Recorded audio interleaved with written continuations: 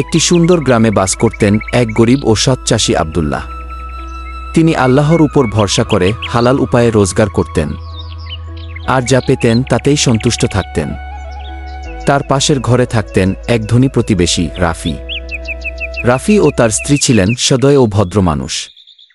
গরিবদের সাহায্য করতেন ও গ্রামের সবার সাথে সুন্দর আচরণ করতেন। একদিনের ঘটনা। একদিন গ্রামের এক বড় অনুষ্ঠানে রাফির স্ত্রী পরলেন এক দামি সোনার হার। হারটি এত সুন্দর ছিল যে সবাই তার প্রশংসা করতে লাগল। পুরো গ্রামে আলোচনা শুরু হয়ে গেল সেই হারের কথা নিয়ে। কিছুদিন পর আব্দুল্লাহ ও তার স্ত্রীর এক আত্মীয়ের বাড়িতে দাওয়াত পড়ল। আব্দুল্লাহর স্ত্রী চাইলেন সেদিন সুন্দরভাবে সাজতে, কিন্তু তার কাছে না ছিল নতুন শাড়ি, না ছিল কোনো গহনা। দারিদ্র্যের সংসারে যেখানে খেতেই কষ্ট হয় সেখানে সাজগোজ তো বিলাসিতা। রাফির স্ত্রী এটা বুঝতে পারলেন।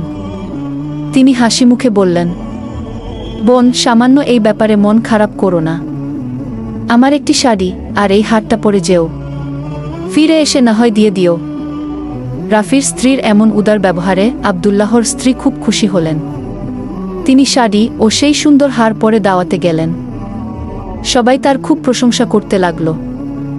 এত আনন্দের মাঝে তিনি বুঝতেও পারলেন না কখন যেন তার গলা থেকে হারটি পড়ে গেছে। বাড়ি ফিরে হারটি খুঁজে না পেয়ে তিনি কান্নায় ভেঙে পড়লেন। আব্দুল্লাহ স্ত্রীকে সান্ত্বনা দিয়ে বললেন, অন্যের জিনিস নেওয়া ঠিক না। আমাদের যা আছে তাতেই খুশি থাকা উচিত। মানুষের জিনিস নিয়ে কখনো সুখ পাওয়া যায় না। তারা সেদিন সারারাত খুঁজেও হারটি পেলেন না। ভয় ও লজ্জায় রাফির বাড়ির সামনে যেতেও সাহস পেলেন না।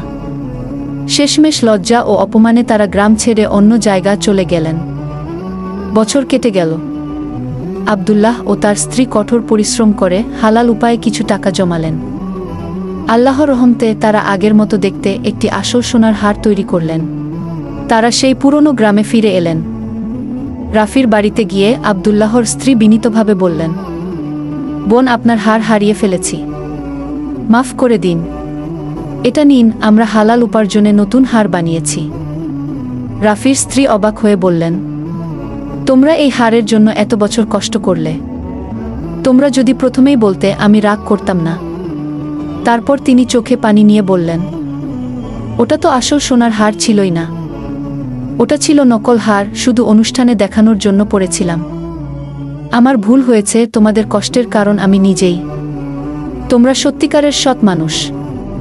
এই আসল সোনার হারটি তোমরা রেখে দাও, তোমরাই এর যোগ্য মালিক।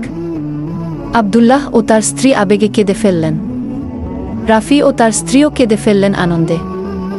দুই প্রতিবেশীর মাঝে আবার বন্ধুত্ব ফিরে এল। আব্দুল্লাহ সেই হার বিক্রি করে নতুন বাড়ি বানালেন, জমি কিনলেন। আর সবাই আল্লাহর শুকরিয়া আদায় করে বলেন, শুকুর আলহামদুলিল্লাহ। ইসলামিক শিক্ষা ও নৈতিক বার্তা: 1. অন্যের জিনিসে লোভ করা ঠিক নয়। 2. হালাল উপায়ে যা আছে তাতেই বরকত। 3. সততা ও অনুতাপ মানুষকে সম্মানিত করে। 4. ক্ষমা করা আল্লাহর প্রিয় কাজ। 5. দুনিয়ার সৌন্দর্যের চেয়ে ইমানের সৌন্দর্য শ্রেষ্ঠ। শেষ বার্তা: সত্যিকারের গহনা গলায় নয়, হৃদয়ে থাকে। সততা, ঈমান আর ভালোবাসা।